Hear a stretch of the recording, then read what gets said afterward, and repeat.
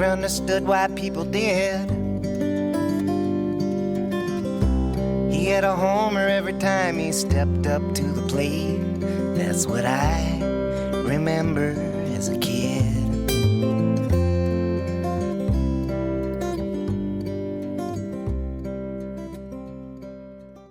Hello and welcome to The Case For, a Baseball Hall of Fame podcast. I'm your host, attorney and baseball fan extraordinaire Russell Christian. Typically on each episode of this podcast, I examine a different Major League Baseball player's career, and I typically make the case for whether I believe the player does or does not deserve enshrinement in the National Baseball Hall of Fame Museum in Cooperstown, New York. Today's episode, however, is a very special episode that I'm very excited to share with you. It's my second interview that I've done on this podcast. As you notice from the music here, the intro music is a little different than our regular intro music. That's because on today's episode, I had a chance to sit down with Chuck Brodsky. And we talked about baseball, music, and the many wonderful songs he's written about baseball. Chuck is a critically acclaimed singer-songwriter who's released 13 albums of original music, including 2 full albums of baseball songs, aptly titled The Baseball Ballads and The Baseball Ballads 2. Larry Groce of NPR called Chuck, quote, one of the finest singer-songwriters in America. And the New York Times said that Chuck's music will, quote, appeal to everyone who likes their music with a side of thought. Chuck is well known for his catalog of baseball songs and has a close connection to the National Baseball Hall of Fame itself, having performed his music there several times and having 18 of his songs enshrined in the Hall of Fame's sound recording library. Tim Wiles, the Director of Research Emeritus of the National Baseball Hall of Fame, calls Chuck, quote, baseball's troubadour poet laureate, saying that Chuck combines his gifts for lyrics and melody with his love for baseball history and culture, and in the process creates a new chapter in the folklore of our national pastime. Chuck has also performed his music at the Cincinnati Reds Hall of Fame and is himself a 2019 inductee of the Philadelphia Jewish Sports Hall of Fame, and his song about Mo Berg was featured in the PBS film Jews in Baseball, An American Love Story. His song, The Ballad of Eddie Klepp, about the first white man to play in the Negro Leagues, has been heard on NPR's Morning Edition, was the inspiration for a feature story about Klepp in the Washington Post, and was listed by Sports Illustrated as among the top 25 all-time greatest songs about sports. I caught up with Chuck while he was at his home in North Carolina. If you go on my podcast YouTube channel, you'll find the complete interview, including the video. For the purposes of our podcast here, what follows is a slightly condensed and edited version. As you'll hear, we spend a good amount of time discussing his beautiful song, Letters in the Dirt. That's the song you heard at the beginning of this podcast. It's about 2025 Hall of Fame inductee Dick Allen, who is the subject of our 16th episode on this podcast. Chuck was kind enough to allow me to play some short clips of his songs, so as you'll hear throughout the interview, I put in some clips of his songs that we can hear a little bit of them. Chuck, thank you so much, and without further ado, let's hear the interview with Chuck Brodsky. Chuck, thanks for being here today. Oh, my pleasure. It's great to be with you. I wanted to ask you a lot of questions about your music. First of all, just for all our listeners out there, you grew up in the Philadelphia area, correct? Yes, I did. Yeah, and I saw you went to Forbes Field, old Forbes Field with your dad to go to Phillies games. Oh, Connie Mack. Did I say Forbes Field? Yeah. Yeah, correct me. Yeah, please correct me. Yeah. I see the old Phillies pennant in there. I do want to say, just you're my guest. We'll keep everything polite. I grew up in Atlanta, so I'm a diehard Braves fan. But you know, we'll keep it true. In an effort to keep this truce, I wore my Dale Murphy shirt because he's a player that both fan bases can embrace. Of course, he played for the Phillies, you know, after the Braves. So, tell us a little bit about how you got into baseball as a kid. Well, my dad's always been really into baseball. He played growing up. He played high school ball, played sandlot ball. He played in the Army. That was actually his gig in the Army. Wow. In Korea and in Japan. And so when I was a kid growing up, we lived across the street from a school with ball fields. We lived on a corner. There were ball fields across the street directly in front of the house and to the side of the house. So after dinner, you know, Dad would hit me fungo fly balls and we'd have a catch. And the company that he worked for when I was very little had season tickets to the Phillies at Connie Mack Stadium, but the Phillies stunk. And the stadium was in a very bad neighborhood, so nobody ever wanted the tickets except for my dad. They were great seats. They were like field box seats just to the home plate side of the visitors' dugout. and it was fantastic as a kid going down there. So I think as I got older and was into writing songs and pursuing music for a career, of course, that's not an easy thing for parents to necessarily be thrilled about. But I think the fact that I started writing a couple of songs early on about baseball acted as a bridge towards my dad. And it was common ground. It was material that he could relate to. And once I started doing that, one song led to two songs led to four songs led to eight, and now I'm up to 23 baseball songs, and my dad has loved every step of it. He's probably my biggest fan. That's awesome. And I don't want to get straight into the waterworks, right out of the gate, but it's amazing how, baseball has that ability to just bring the generations together. I mean, that's, essentially the plot of Field of Dreams. It's this great movie about baseball history, but at its heart, it's a story of, father and his son, had sort of a troubled relationship, reconciling and everything like that. So how important, was baseball to you and your father's relationship until to this day? Is it? I think it's very important. Yeah. Like I said, it was a bridge for us to find our way back after those, rougher teenage and early college years when Sure. I veered off the normal accepted path and headed towards music. Sure. So, like I said, it was a bridge, but today it's something that we very much love to share, and I don't think we've ever had a conversation either in person or over the phone where baseball didn't come up in one way or another, whether it be last night's game or something else about baseball. But it's something that I'd call it a glue, Absolutely. And I think it serves that very same purpose in a lot of families. So I've been told by a lot of other people. It just, at times when there's nothing else to talk about, there's always baseball. Absolutely. And I don't want to make this all about myself. I wanted to interview you, but I wanted to talk about it because my parents passed away in 2020 and they both were Braves fans. And that's kind of how I got into it. And, like a lot of people, my dad and I had good and bad, eras of our relationship, but it seemed like sports and baseball was always a common thread. And I've mentioned that on the pod too. Connection between both of my parents and baseball. When my mom passed, I told my brother, I said, there's really only two things I want to find in her stuff. One, my parents were at the Braves game when Hank Aaron hit 715 and they had a certificate. And I found it as a kid in the ticket stub and I framed it and it was lost for years. So I said to my brother, so that's like the only thing I really want to find. That and I had a photo. My mom took me to the last Braves game, regular season game at Atlanta Fulton County Stadium. And there's a picture of the two of us. Someone took it on one of those crappy disposable cameras, and there was a sunset. And I was like, I need to find that picture because that's like the only two things I wanted, the glue of the years. And I remember when my mom and I, over the years I moved away, she would cut out clippings of like what Chipper Jones and stuff was doing and mail it to me. Oh, I saw this in the newspaper. So anyway, I didn't want to make it about me, but I want to let you know I totally get it. That's great. And the fact that you went to the last game at Fulton County Stadium, my dad and I went to the last game at Connie Mack Stadium. That's awesome. Awesome. Yeah. And I know things were different later on at Fulton County Stadium, but at Connie Mack, the fans stripped that stadium bare. Starting from like the first or second inning on, you could hear a steady pounding in unison all around the stadium. People trying to kick their seats off the hinges, which Wow. my dad and I did. And That's awesome. I actually have one of the seats. Oh, really? Still to this day? Yeah. That's awesome.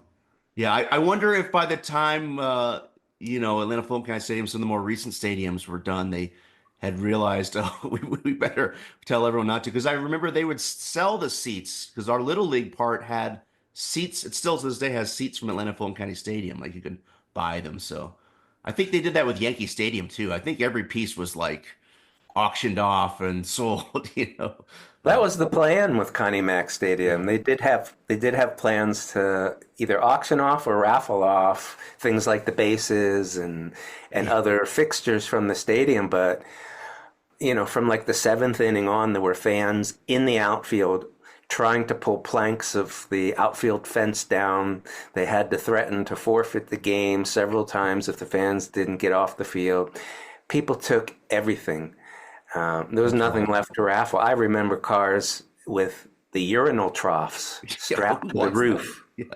That's gross. Yeah, Atlanta Fulton County Stadium had those troughs too. It's disgusting. Who wants that? In some ways, though, I could see if you had a dive bar or something. It's like that would be a cool thing to have in the bathroom or the dive bar. Like, remember the urinals? Well, I promised I would be polite since you're a Phillies fan. I'm a Braves fan. There's a big rivalry, but I was going to make a joke here about the Phillies fan base, Philadelphia sports fans. This is probably a good segue. You kind of get into that yourself in your song "Letters in the Dirt" about Dick Allen, and you even reference the throwing the snowballs at Santa Claus. Philly fans, they've been known to get nasty. When Joe must go, they'll run him out of town. I've seen Santa get hit by a snowball and then get hit again when he was down.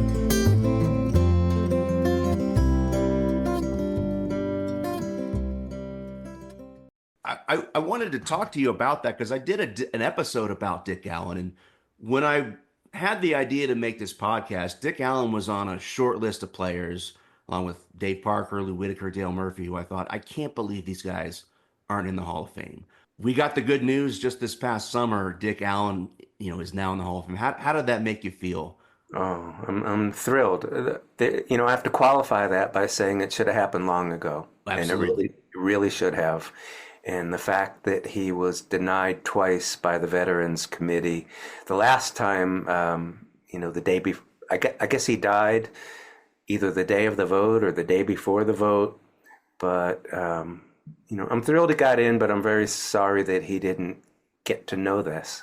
Yeah, it was, and it's interesting. It was bittersweet because he gets in with Dave Parker, and Dave is, put in his mid to late 70s. He's got Parkinson's, and I think the general consensus amongst fans is Parker belongs in. Get this guy in before he's another posthumous induction. So it was bittersweet that, okay, Dave is not in good health, but he should be around for next summer. He'll be there in person, but Dick is not going to be. So that was sort of bittersweet. But I mean, I'd rather see Dick Allen get in posthumously than not at all. Of course.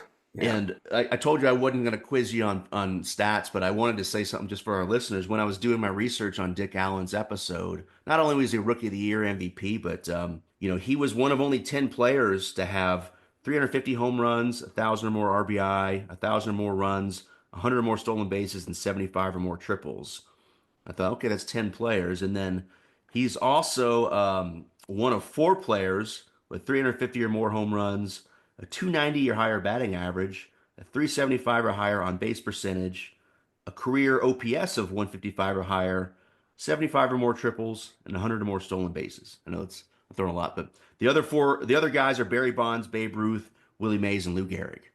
So I thought, this guy's in rare territory, and his we're getting into sort of the advanced stats. His adjusted OPS plus of 156 ties him with Frank Thomas for 25th all time. That was a big factor for me when I did my episode on Dick Allen, especially when you consider the guys tied for 27th all time on OPS plus with 155. That's Hank Aaron, Joe DiMaggio, Willie Mays, and Mel Ott. So I'm throwing a lot of stats out there for our listeners, but to me, I was like, this guy is Hall of Fame material.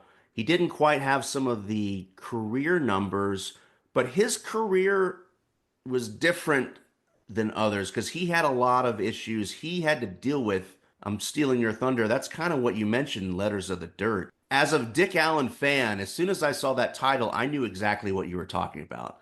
But for our listeners that may not, tell us about that, Letters in the Dirt. What does that mean? Dick Allen used to get booed every time he'd come up to bat in Philadelphia. Yeah. And, there were numerous reasons for that, one of which was the fact that he was the first African-American star the Phillies ever had. And this was the early, mid-1960s. And he also, he had a personality.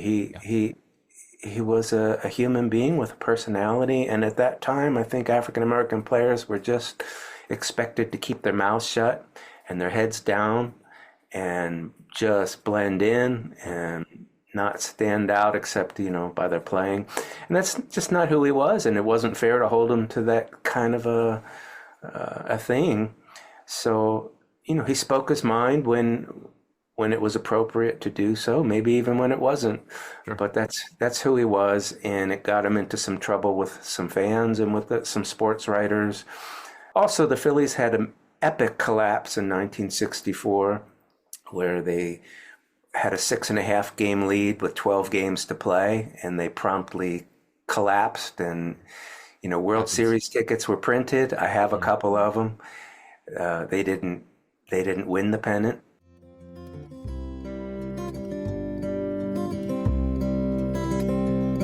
Well, that big collapse of 64, it was ugly.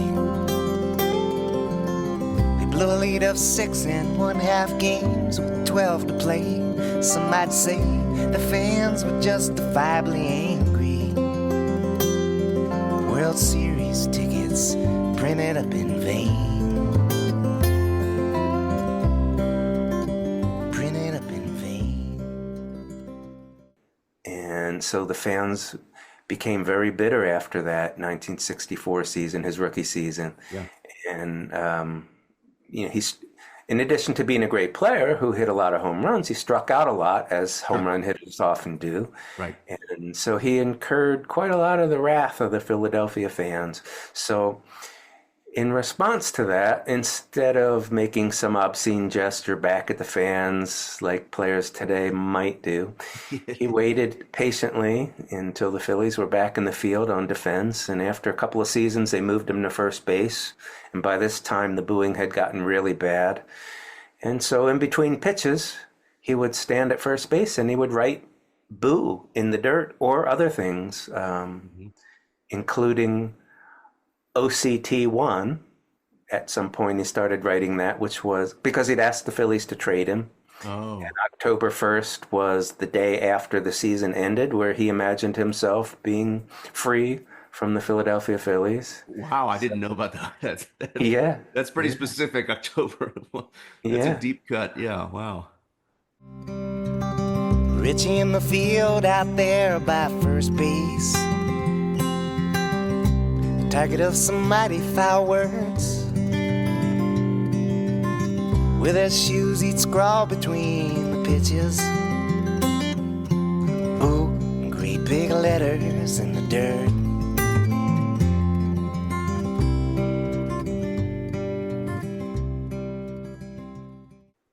Wow, that's interesting. And he also, I remember researching, he wore that helmet. He wore they call it the nacho helmet now, the flapless helmet, but he would wear that in the field.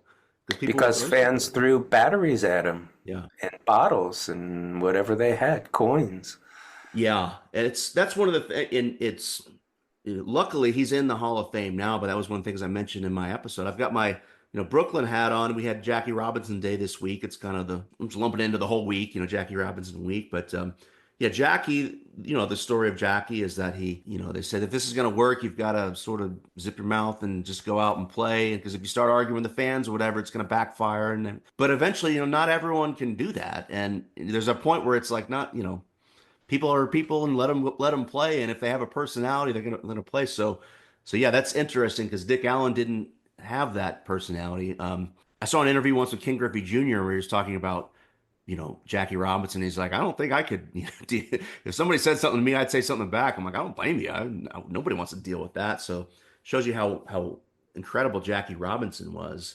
But I mentioned all this because, Dick Allen was not that long after Jackie when he came up in the big leagues, and he had to deal with a lot of things. And so when you're looking at his career numbers and stuff, and it's, these players don't exist in vacuums. It's real easy to go on Baseball Reference and say, oh, this guy has more hits of this and this and this. And it's like, you got to take into account the era they played and some of the off the field factors. But even with all that, he put up incredible numbers, as I mentioned, and won an MVP and won a Rookie of the Year. So Well, one thing a lot of people don't know about Dick Allen was that before the Phillies called him up in 1964, he played with their AAA club in Little Rock, Arkansas, the Travelers, where he literally was the first African American to cross Arkansas's color line. wow. And he was subjected to severe abuse, death threats, and all sorts of things. And back in 1963 in Little Rock, there was segregated housing, and he couldn't eat at the same restaurants with his teammates, et cetera, et cetera. So he had never experienced this before. He grew up in Pennsylvania, in Western Pennsylvania, and had never experienced racism on this level before until he was sent to Arkansas. And so by the time the Phillies brought him up to the majors at the very end of 63 and then his rookie season in 1964, he had just experienced some rather severe racism, and I'm sure was on guard and wary. Sure. It's tough enough being 18, 19, and then away from home. The minor leagues is a grind, and I mean it's just awful, and then having to deal with all that, BS, and yet somehow comes in, wins Rookie of the Year. It's like you don't have to be a psychologist to know. If he had had a supportive, home crowd in the minors, and probably would have. Yeah. Anyway, it's very sad and tragic what happened, but he endured and survived and thrived and succeeded. And so anyway, I'm very happy he's in the Hall of Fame. That was a big thing for me. And before I forget, I want to show you, I pulled out some of my old baseball cards there. I do have some Dick Allen baseball cards. Oh, yeah. Yeah, there's some. And this is when he's on the White Sox. So I've got a few. Dick Allen was a little before my time, but I knew who he was from, older friends, older brothers and stuff like that. And then kind of got into baseball research as a kid. And of course, you can't get into baseball history without talking about Dick Allen. I have one for you. Oh, yeah, very, very nice. Oh, yeah, it's him with the Phillies. Very nice. There's another one. Very cool. Very cool.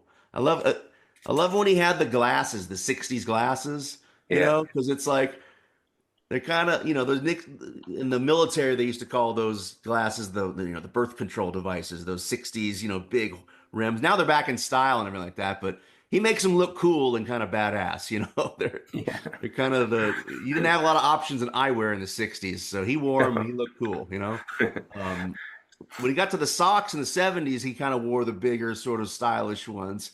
They were a little cooler, but he made those horn rims look badass. He did, yeah. Yeah. I want to talk. I saw you mention this in some of your other interviews to sort of tie in our conversations. The song Letters in the Dirt was not only sort of an ode to Dick Allen and everything he endured, but also a testament to the relationship with you and your dad. Tell us about that a little bit. I thought that was very touching. Well, I would estimate that at least 50% of the crowd at Connie Mack Stadium was booing Dick Allen every time he came up to bat. And, my dad set a different example for me.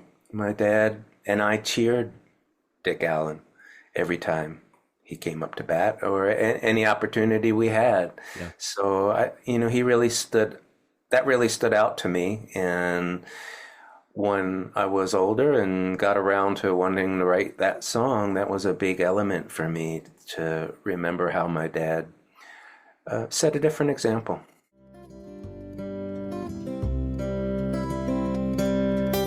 Well, I since found out all of these years later.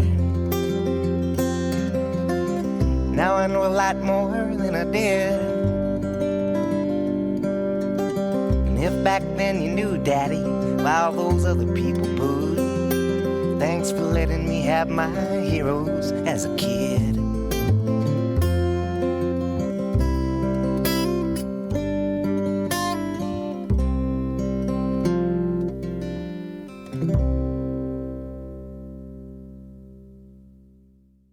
And you actually got to meet Dick Allen at one point.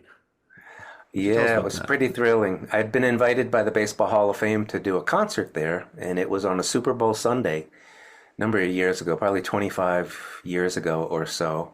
And there weren't many people in Cooperstown at the time, but I was tipped off by the director of research, who was a friend of mine at that time, that Dick Allen happened to be in Cooperstown representing the Phillies for some kind of baseball occasion and would likely be staying at the Otesaga Hotel. And he suggested maybe I'd want to take a drive over there and see if I could leave a copy of the CD with the song on it at the front desk, and maybe they'd be nice enough to pass it on to Dick Allen. And I thought that was a great idea. I had nothing to lose by trying. And when I went over there and walked into the lobby, there was Dick Allen That's awesome. in the middle of a conversation with somebody. That's so cool. Yeah. Yeah, very cool. When I was researching for my episode, I realized he was a singer too. I don't know if you had a chance to chat with him about that, but he had that hit, I think it was Echoes of November. I have it. Oh, I have it yeah. on the 45, yeah. Very cool. Yeah, it's funny because it's not on Spotify, but this is, the internet can be sometimes a horrible, toxic place, but sometimes it's a beautiful place. And on YouTube, there's videos of people who still have the record playing it, and you can listen. And it's a great song, and he's got a good voice. So thought that was a really interesting way to tie baseball and music together. I don't know if you guys had a chance to chat about that. That's sort of a deep cut, but you did have a good conversation. I was watching another interviews where you showed him your album and Well, the time that I met him, Yeah. I brought the album with me and I had it in my coat pocket and reached in and handed it to him and got a chance to show him a particular photo of the word "boo" in the dirt that we had composed. And it was a pretty special moment for me. I was hoping I could get a little reaction from him by showing that photo. And he actually, a tear actually streamed down the side of his face when I showed it to him, which was just a very, very special moment Yeah. for me. That's great that you get to meet your hero, your Yeah. childhood hero, favorite player, and share your song with him. That's wonderful. I wanted to we could talk about Dick Allen all day. The more I've read about him, he's just become one of my favorite players. So that's great that we get to talk about him. I wanted to talk about some of your other baseball songs. You have a lot of songs where it's funny because some artists, they'll wear a Yankees hat or something, or may have a passing reference to baseball in a song, and like I'm a fan. It's like that's fine. Some people are just casual fans, but in the world of baseball nerddom, when I'm listening to your songs, I was like, this guy knows his stuff. He knows all the quirky, weird stories, and some I had never even heard of. You've got the song about a white player playing in the Negro Leagues. Tell us about that a little. I had never heard that story before, and there's not a lot on the internet. And tell us about that because you might be the world's preeminent scholar on this issue and this guy. Yeah, It's actually a fascinating story, in my opinion, anyway. I wanted to write a song about Jackie Robinson, yeah, and this predated the internet, or at least Google having been invented sure. anyway. And so I went to a Borders bookstore in my parents' neighborhood when I was visiting them, and I found a book on Jackie Robinson, and I started to just flip through it. And for some amazing reason, unbeknownst to me, I landed on a page where I happened to notice just a paragraph, not even a full paragraph, a sentence, really, that just mentioned a man by the name of Eddie Klepp playing for the Cleveland Buckeyes in the Negro Leagues as a white man. And I thought, wow, Yeah. this is the story I really want to tell. And let me just inject for a second that the kind of stories I'm looking to tell through songs about baseball are the lesser known, Sure. So Jackie Robinson is a very well known story, and that's a topic that I probably would shy away from in a direct kind of a way. Sure. There might be some way to include him in a song in a more backhanded way, but to just write a song about, say, Jackie or Babe Ruth or Ty Cobb or somebody that's so well known, there's a wealth of information out there on these people So that's not really what I'm looking to do. But I came across this mention of Eddie Klepp, and I thought this will make this is the story. Yeah. Because who's ever heard of this, right? I'd never heard of him until I heard your song. So I mentioned it to my dad, and my dad suggested I call the Baseball Hall of Fame and see if anybody there would know something. So I did, not knowing that there was even such a thing as a research department at the Hall of Fame. So a receptionist answered the phone, and I asked, is there anybody who might know something about a fella named Eddie Klepp? And she said, let me put you through to the research department. And the person who happened to answer the call that day was the director of research, a man by the name of Tim Wiles. He's no longer with the Hall of Fame, but he was there for a number of years. And I asked him, have you ever heard of a player named Eddie Klepp? And his answer was, no. Who was he? So I told him all I knew, that he was the first white man to play in the Negro Leagues. And I figured that's it, dead end. But Tim's response was, wow, that sounds like it would make a really interesting poem or song. And I said, funny you should say that, because I'm a songwriter, and that's exactly what I was hoping to do, turn this into a song. And Tim said, let me check through our files, just on the off chance we might have something about him. Let me take your number.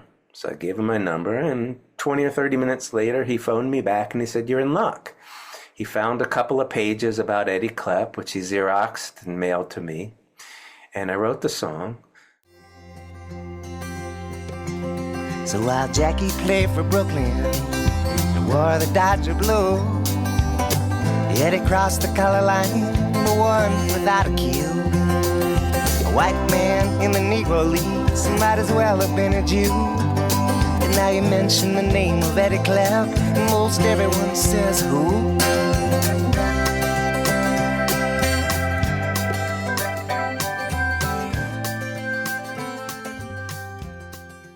More importantly, that was the beginning of a really invaluable relationship with Tim.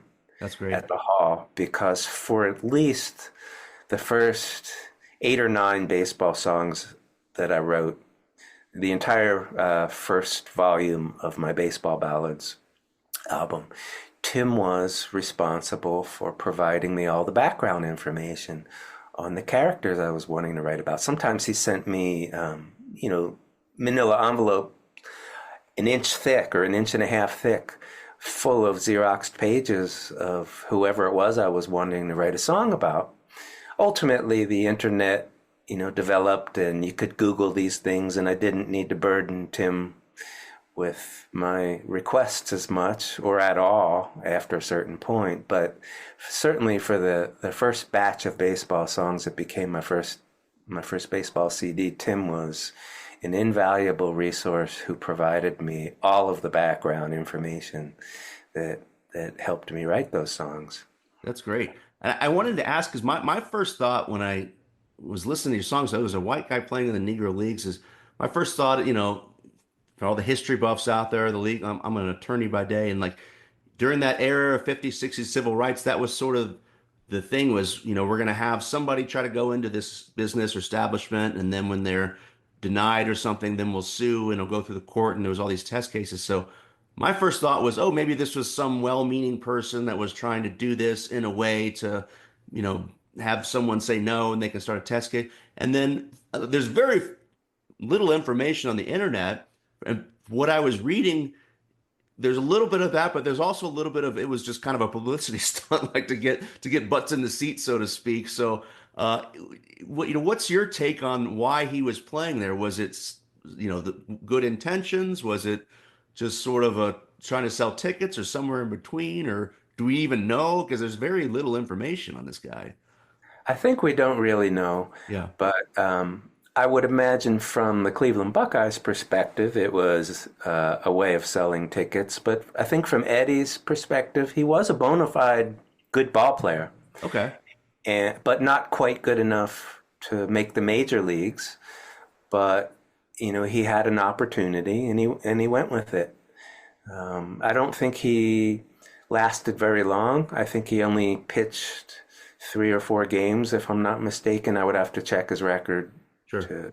For accuracy. But, he certainly was good enough to play at the high levels of the minor leagues, and I think this was an opportunity for him to play with some of the best players around and probably close to home.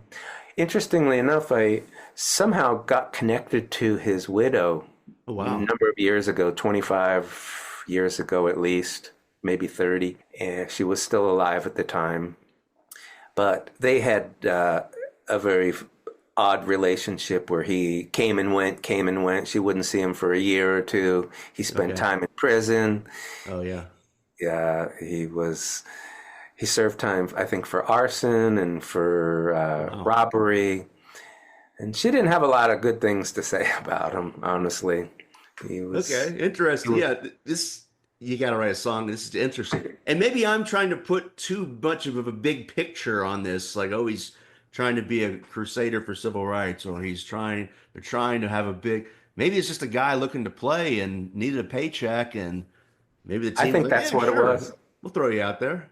I think that's what it was. And, from Cleveland Buckeyes perspective, it was an odd, quirky thing that could draw more fans, so sell more tickets, I'm sure. But, then again, he was a bona fide pitcher. Sure, he was a bona fide player and good enough to play in the Negro Leagues. That's crazy. Yeah, that's a wild story. Another guy you wrote a song about, my wife actually gave me this book for Christmas. The Catcher Was a Spy, story of Mo Berg. You have a song about Mo Berg. I do. What inspired you to write a song about Mo Berg? Did you know the story, or did you just come across it and then get inspired to write a song? I don't remember exactly how I first came across the story, but I do remember my aunt telling me at one point that my great uncle knew Mo Berg, and we didn't know how. So, again, Tim Wiles from the research director from the Baseball Hall of Fame helped me with background information. And I also read The Catcher Was a Spy, and I read another book on Mo Berg. And I wrote the song. And a few years after that, Mo Berg was inducted into the American Jewish Hall of Fame, I think it was. And the ceremony was held at the International Spy Museum in Washington, D.C., which had only just opened. Yeah, that's a cool museum. Yeah. It's an amazing place. Yeah. And in addition to me, they had another guest, who happened to be the curator of the CIA Museum, which I mentioned in my song because Mo's baseball card is on display at the CIA Museum. You have to be a CIA employee to have access to that museum. Okay. But I knew that the card was there. I wrote that line into it. Mo Berg, son of an immigrant, brought his father shame. All that education, and to play a child's game. Mo made it to the majors, but his dad would never go see him. Mo's baseball cards on display at the CIA Museum.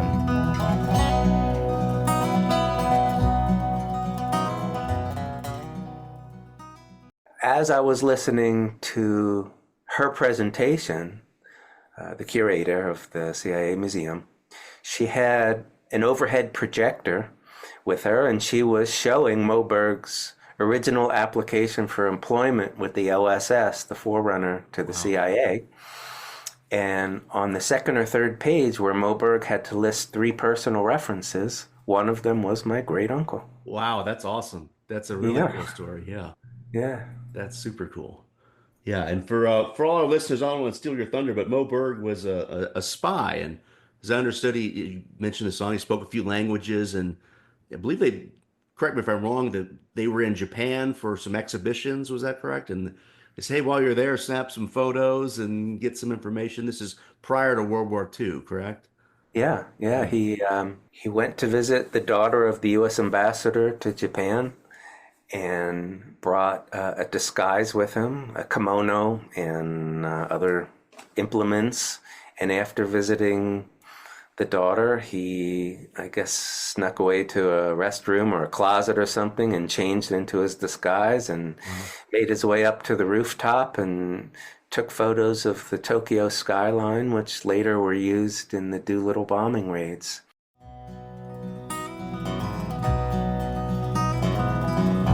Goldberg and the Babe, they went over to Japan with a team of touring all-stars giving clinics for the fans. This was back in the 30s as the world prepared for war. Mo took a lot of pictures, nobody knew what for.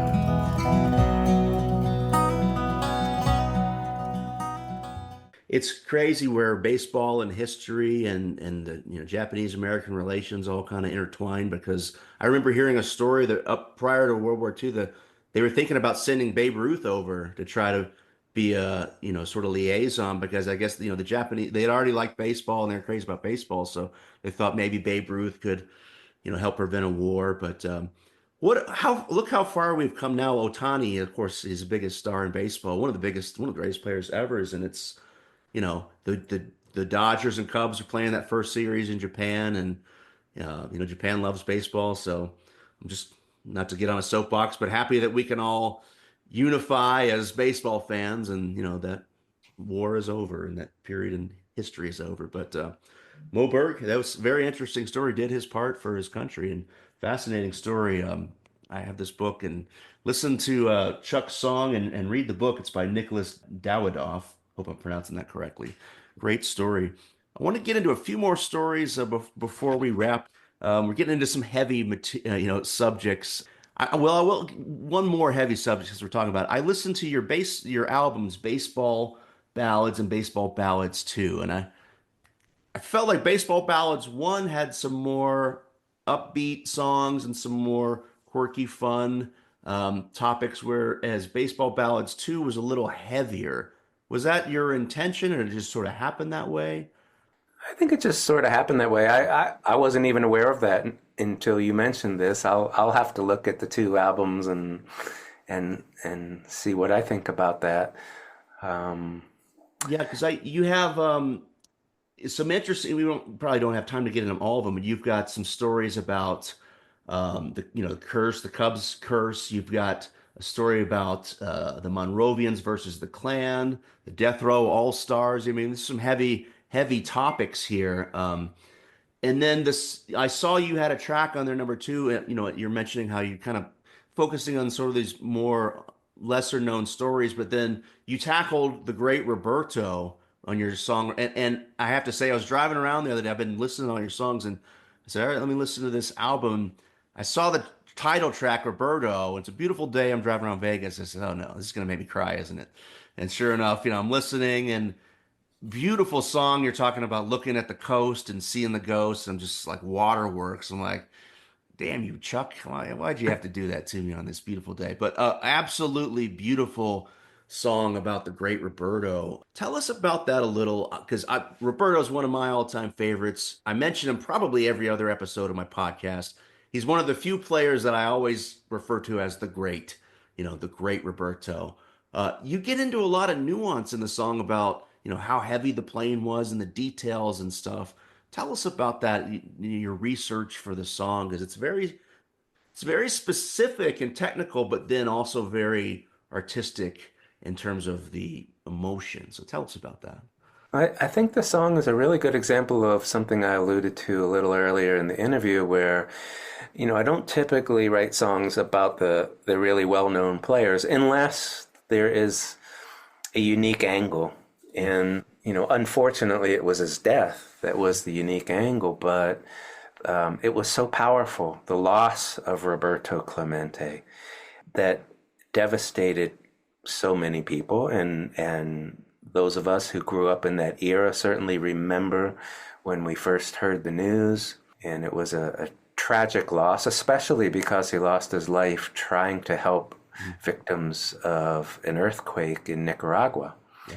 So that just seemed like, anytime I can bridge baseball and some socially relevant ideal, that makes for a really interesting song for me to try to write. My own interest.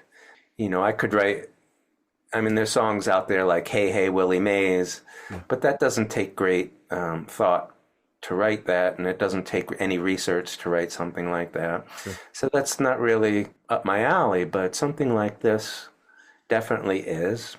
And I read a biography on Roberto.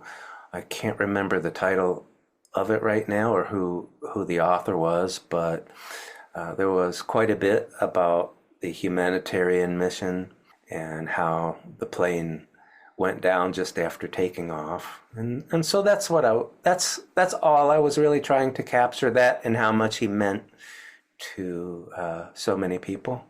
Not his career accomplishments, not what he was like on a ball field, but what he meant to people, especially to Puerto Rican people. He was like their national hero.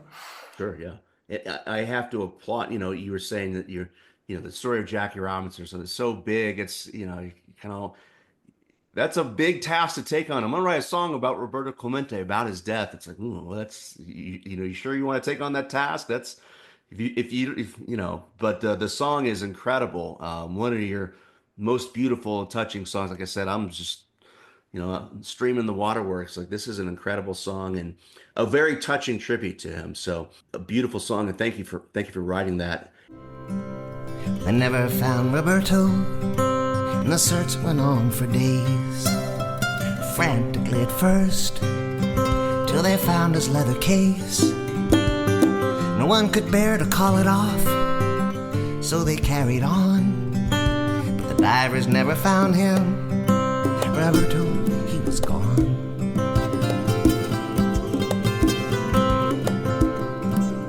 Punta Maldonado, off the Puerto Rican coast, people sometimes stand there looking for the ghost of the greatest baseball player they ever called their own.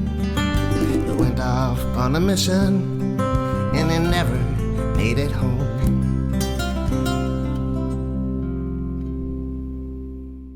The track list of your album goes from the story of Roberto, which I think there's a parallel, as as a musician and a baseball fan, in the music world, in rock music and songwriting, there was, the day the music died, the plane crash that killed Buddy Holly, Big Bopper, Richie Valens, and it's sort of this pivotal, sad moment in music history. And in the plane crash of Roberto is sort of baseball's, the day, baseball. It's a very sad corollary, but there's some similarities there. So you took on some heavy material, but you pivoted into one of the sillier, crazier aspects of baseball history. The next track, Disco Demolition Night, which is a fun song.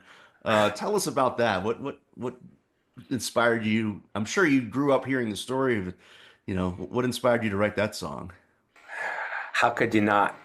And that's just one of those things. I knew the story from when I was younger, and at this point in my life, I had already been writing baseball songs and was thinking about what stories might make for interesting songs, and that one just jumped out. It was one of those bizarre events in baseball history, and I had a tremendous amount of fun writing that song, I do have to say. I bet. There's a line I try to keep my podcast sort of PG, family friendly, and there's a line in there about a couple doing adult things on the third base line or something. It was a wild night. If anyone's unfamiliar, you read about it. I was researching for today, and I had always heard, I wanted to ask if you heard, I had always heard this urban legend that Clarence Clemens was there that night. For all our listeners, Clarence Clemens, the big man, Bruce Springsteen's, saxophone player. I had always heard, before the internet, you hear these urban legends and you just take them as gospel. And so I was researching, and apparently that's like not true. The damn AI ruins everything and research. But had you ever heard that story before? Because that was like an accepted urban legend I had always heard. That Clarence. No, Clemens I'd never heard that. But I was once on a flight with Clarence Clemens to Dublin, really? Ireland. Really? Yeah, had to walk right past him. That's cool. Did you get a chance to chat with him at all? No, and there were other people were kind of glomming onto him, and I didn't want to be that guy. But he stood at the baggage claim area like everybody else, waiting for his bag, and I was only a few feet away from him, but I wanted to just give him the respect of his privacy and sure, yeah, leave him alone.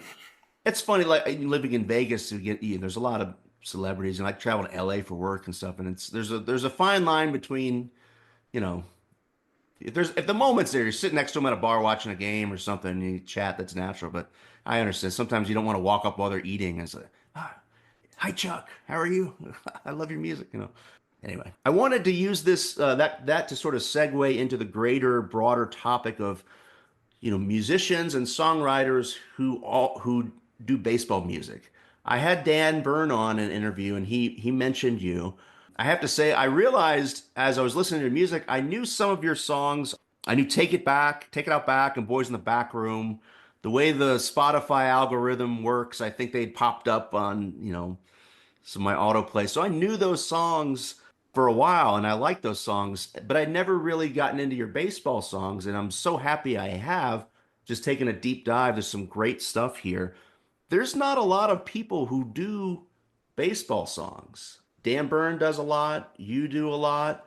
Was there a conscious decision on your behalf to just say, "I'm going to start writing these," or is that just where the muse took you, Well, I had once written a song called Lefty. That was my very first baseball song. And I actually was very shy about trying to play it out in public. I don't know why I felt this way, but I was pretty convinced that the general public would find a song about baseball to be trite. I was not aware that there actually is a whole genre of songs about baseball at this time. Glory days. I wrote that first one, and about 5 years after I wrote it, I got the nerve up to sing it sitting around a campfire with some songwriter friends, and they kind of flipped over it. Lefty's in the minors, got his shoulder packed in ice. He's trying to hang on there against all that good advice. He used to throw that sinker ball went south. Then they started calling him for going to his mouth. And they told me I needed to be playing that song in my shows. So I started to play the song in my shows and experienced the same thing night after night from audiences. People would come up to me at the end of the shows and want to talk about that baseball song and tell me how much they liked it. So that's when I decided I was going to write that song about Jackie Robinson, which then became the song about Eddie Klepp instead. Yeah. And at this point, I had 2 baseball songs, but I was being referred to in the press as the songwriter who writes about baseball. And this is with 2. Yeah. This is with just Only 2 songs. Yeah. But they were putting me in this category of the guy who writes about baseball. And I just thought, wow, it's getting noticed, and I feel like I'm getting away with murder, but if I can, why not keep trying? And I wrote a third one, which I think was Letters in the Dirt. Either at that point or after the next one, which probably was Moberg, I started realizing that it really wasn't beyond my reach to write another 4 or 5 of those songs and compile them all on one album and actually do a whole album of baseball songs. So that's great. 3 or 4 songs into it is when I first got that idea. That's great. And I'll plug you here a little bit for our listeners. Chuck has incredible baseball songs. We're talking about him here, and there's more, we won't have time to get to, but he also has, if you like folk music, acoustic singer-songwriter stuff, some great songs, I'll call them secular, non-baseball songs. One of my favorites I was listening to is "We Are Each Other's Angels." That's what a beautiful song. I wanted to ask you about that a little bit. Where did that song come from? That's one of those songs you listen to, and songwriters say sometimes the song writes itself. You're just grabbing the lightning, so to speak, and channeling something. And this seems like a timeless song. And I saw an interview, you said you wrote it very quickly, which all the great ones come quickly. So, and tell us about that song, how you wrote it, what happened. Well, I was 21 years old. So this was 44 years ago.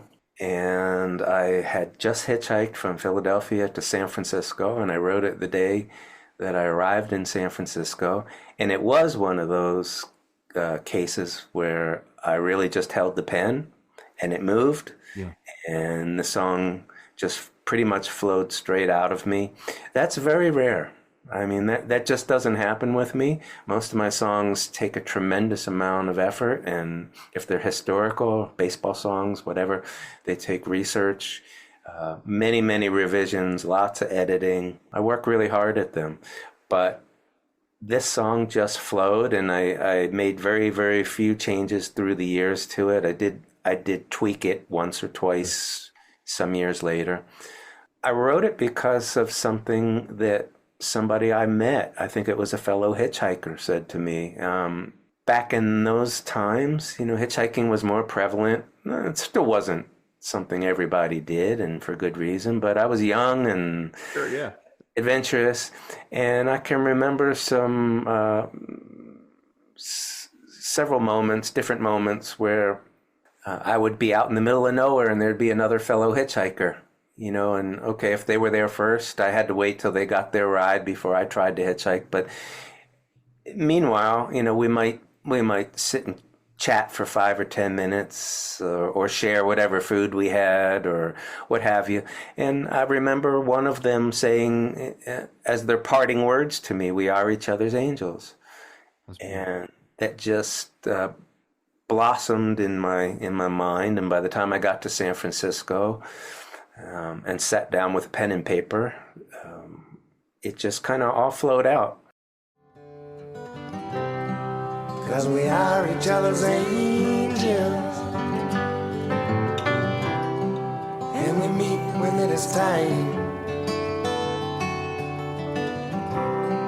and we keep each other going, and we show each other signs. It's hard to know what to say about that song. I'm so grateful to have it. I know that from hearing from other people that it's meant a lot to other people, and it's always meant a lot to me. But it's funny because I'm 44 years removed from writing it. Sure. Yeah. And to still be getting praised for it is, it's an interesting little twist on things, because it's not anything I did recently. It's something I did so long ago in a different part of my life. And sure, who doesn't like to be praised? But it's certainly not like the last song I wrote, which is, I don't know if I'm making any sense with that. No, but yeah, absolutely. Yeah.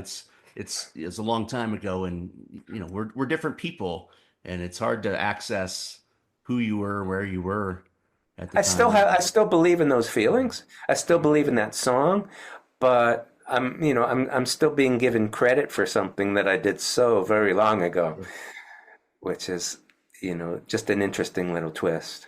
Yeah, well, you've written a lot of great ones since then. There's a lot of great songs. I mentioned that we don't have enough time to get into all your baseball songs. I won't get into all your non-baseball songs, but I really, really enjoy "We Are Each Other's Angels." That was one of those songs. Like, people will be a lot. And if you go on YouTube, people are covering it and playing it, and people will be singing that in 100 years. Bill and Annie was another beautiful one. I loved that one. I wanted to ask a little bit. Didn't want to keep you too long, but just in terms of other people that write songs, do you chat with some of the other baseball songwriters? Do you guys sort of communicate or chat about your work, or is it just do you play shows with them or not? Or curious to hear if if there's like a community. Do you guys talk about your songs or anything like that, or you just do your own Not so thing? much. Yeah. Not so much. Everybody is out on the road trying to make their living playing shows, and it's not like we cross paths very often. But I do stay in touch with John McCutcheon. Okay. I don't know if you're aware of John, but Oh, no. John has an entire album of baseball songs called "The Sermon on the Mound." Great. I'll check it out. And John and I have done 3 or 4 all baseball song shows in Atlanta. Oh, great. And we were joined on stage by Matthew Kaminsky, the Atlanta Braves organ player. Yeah, I know. Yeah. Organ player. Yeah. And we treated it like a baseball game, which was a lot of fun. There's YouTube videos of it out there, but basically because John lives in Atlanta, he was the home team and I was the visiting team. I wore my Phillies road jersey. He wore his Braves home jersey. Okay. And I led off the top of the first, and John would follow me and with the song for the bottom of the first. Sure. And in between songs, Matthew had carte blanche to play any organ, stadium organ riffs that came to mind. And we That's filled funny. the night with great, fun gags. Like when it was time to take a break, we had the sound man pipe in the sound of thunder and rain. And we had some volunteers rush the stage with blue tarps to cover the microphones and the speakers. And That's we funny. treated it like a rain delay. That's awesome. I'd love to see that. That's really cool. If you ever, well, yeah, we can talk later. If you're ever touring or out on the West Coast, I'll have to come check you out. You're based out of North Carolina now, correct? Yeah, I've been in Asheville for 30 years. Yeah, yeah. So, you're touring. I saw you have a lot of shows in and around North Carolina. Do you get out on national tours a lot, or is it more of an East Coast thing? Like, tell us about that a little bit. Oh, I tour Northern California every January. Great, great. I get up to Michigan, I get up to Cincinnati, I get to Florida, Texas. Um, those are absolutely, every year. Philadelphia and points nearby. I'm not touring quite as much as I did pre-pandemic Sure. because a lot of the venues that I used to play just folded, couldn't survive. That's tough. Yeah. And traveling has worn on me a bit. So I'm still traveling, but I'm not pursuing every possible venue that there is, and I'm being a little more selective. But I go to Ireland and Scotland every year with group tours That's right. Yeah. where, I'm not playing shows around the country. I'm taking 22 people with me on a bus tour. We have our own guides that travel full time with us. Those are a blast. So That sounds awesome. I do 3 or 4 of those tours every year, and I'm still traveling. I just got back from Florida. The great thing about Florida is that I can do it in March and tie it in with spring training. Yeah. Do you play gigs down there when you're at spring training? Yeah, I I, did I need to four. come. I I need to did come. 4 this year, and one of them, in fact, was a private gig at somebody's house in Vero Beach. There were just 11 people, 5 couples and a single person. And one of the couples was Sandy Koufax and his wife. No way. It was No way. amazing. It was amazing. I was sitting That's incredible. 15 feet away from Sandy Koufax for an entire show, and he was just hanging on every word, big smile on his face. We had a chance to talk afterwards That's and awesome. get a little photo together, but that was a real thrill. That's so awesome. It's funny, a brief thing about Sandy Koufax. I have a Twitter X account that I use to promote the podcast, and there was a discussion a few months ago after Ricky Henderson passed as to who's the greatest living player. It's sort of this honorific title, and there was a discussion who's the greatest living pitcher, and people throwing out Koufax and Nolan Ryan and so, and it's like I think because of his age and what he did, my determination was the greatest living pitcher was Sandy Koufax, greatest living player is Johnny Bench. I'm gonna give some people are like, well, what about Barry Bonds? Well, I'm gonna give some deference to age, but yeah, Koufax, legendary pitcher, one of the greatest. That's awesome. You got to meet him. As I said earlier in Vegas, you see celebrities and stuff. We try not to get starstruck, but I feel like Sandy Koufax is one of those guys I'd be a little starstruck if I met him.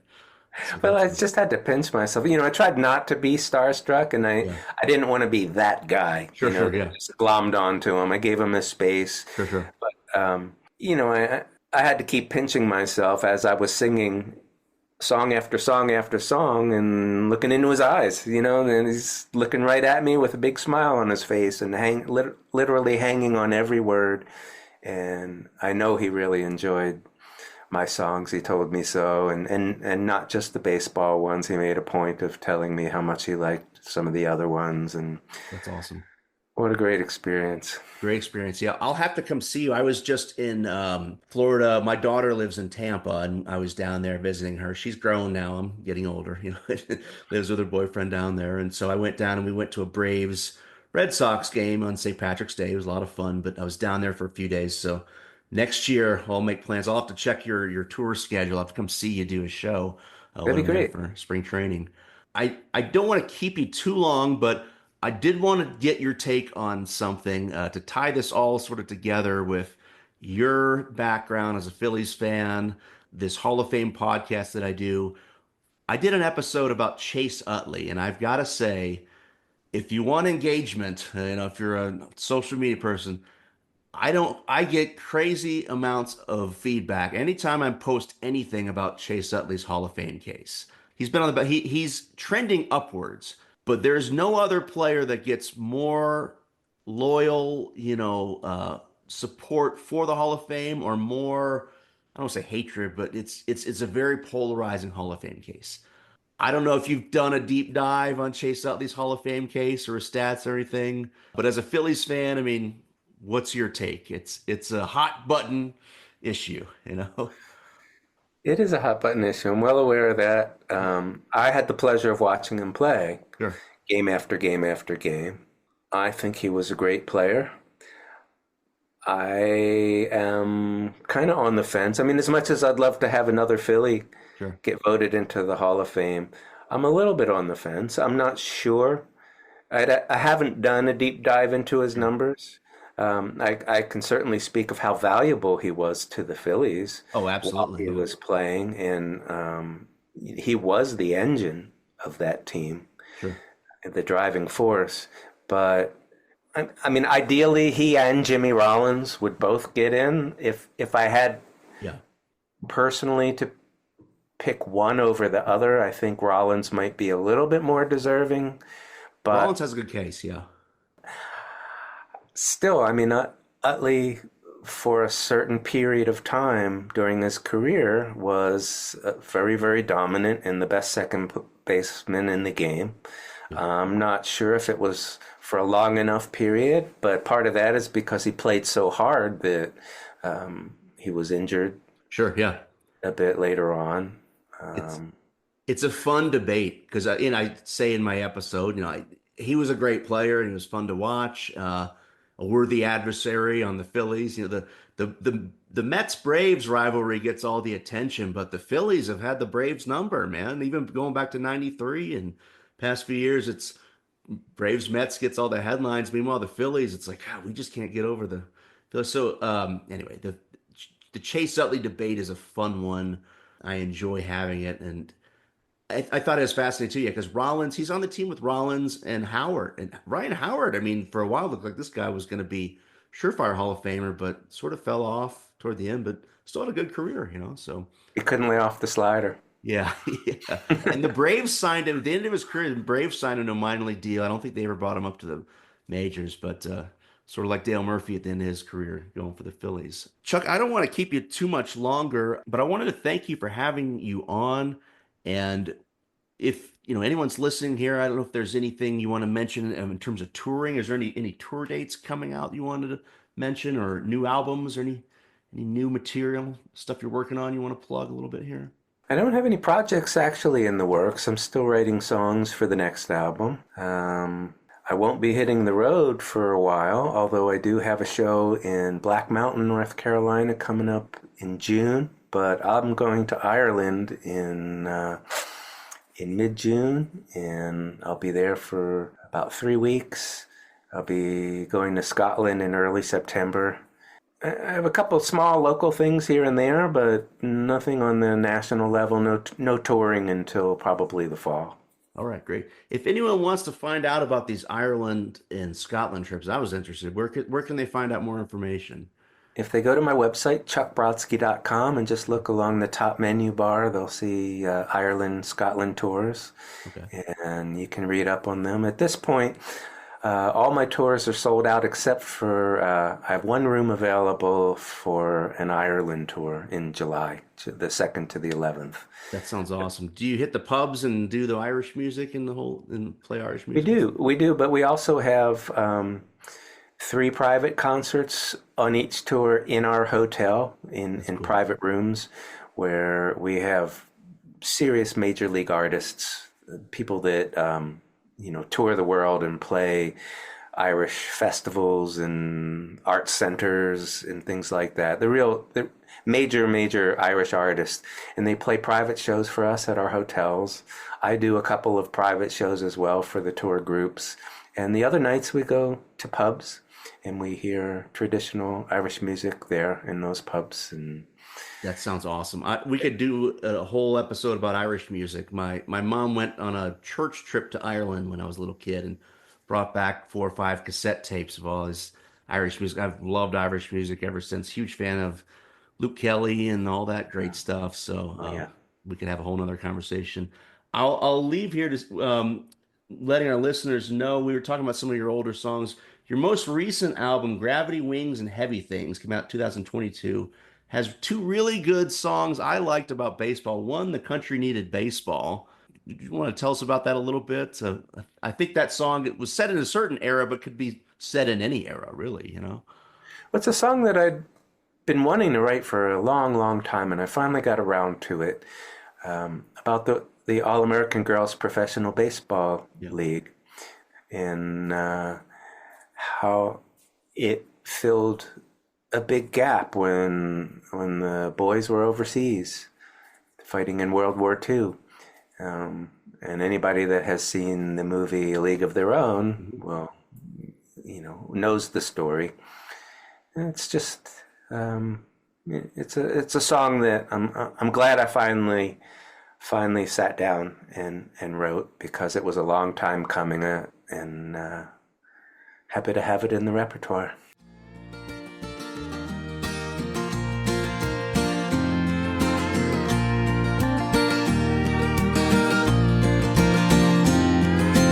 Country needed baseball on Sunday afternoons. Stadiums would fill up, there'd be banners and balloons. There was Cracker Jack and peanuts, hot dogs, beer and Coke. Just like when the boys played, it all tastes like cigar smoke.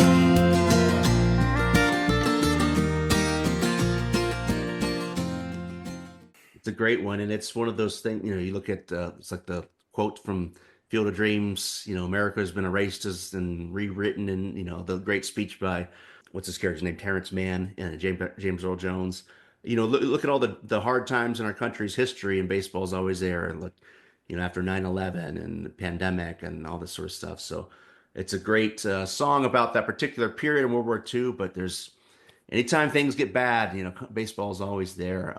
And last, I wanted to mention the song on that album too, "Cup of Coffee." I love it. We have a AAA minor league team here, the Aviators. They're the A's AAA affiliate. So I love minor league baseball. If you ever listen to my podcast, sometimes I spend longer talking about a guy's minor league history just because I think it's more fascinating. It's the origin story of players. So just want to tell us a little bit about that song, "Cup of Coffee." I love it. Yeah, it's based on a true story. It's pretty much literally all true, although because I took 1 or 2 small liberties, I don't want to say it's absolutely all factual based, but it's based on a former minor league player named Brian Mazzone. Cool. And I read about Brian in a Washington Post article, and it inspired me to tell this story in song. Brian was a career minor league pitcher. He changed teams over 20 times in 12 years, pitched all over, including in Mexico and Venezuela and Korea, and Canada. And at the age of either 31 or 32, he was in the Phillies system, and they called him up for a spot start. One of the major league pitchers had a sore arm, and it rained, and the game wasn't played, and he never got called up again. Now that tarp was never lifted, and that storm never let up. It's like he got his cup of coffee without the coffee cup. They let him keep his jersey. They boxed it soaking wet.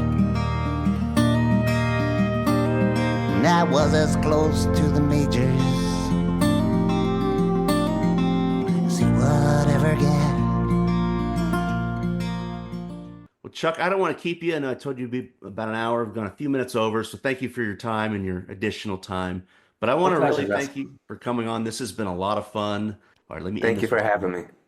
a huge thank you again to Chuck Brodsky. Chuck, thank you so much for taking the time to speak with me. I'm looking forward to hearing more songs from you in the future and definitely catching a live show. If you'd like more information on Chuck, his music, and his tours of Ireland and Scotland, go to chuckbrodsky.com. In the meantime, stay tuned for my next episode where I interview internationally renowned painter and artist Greg Kreindler. You've probably seen his paintings online. He makes beautiful oil paintings of baseball scenes, so you definitely don't want to miss that episode. Until then, remember, when life gets you down, stop what you're doing and watch a baseball game.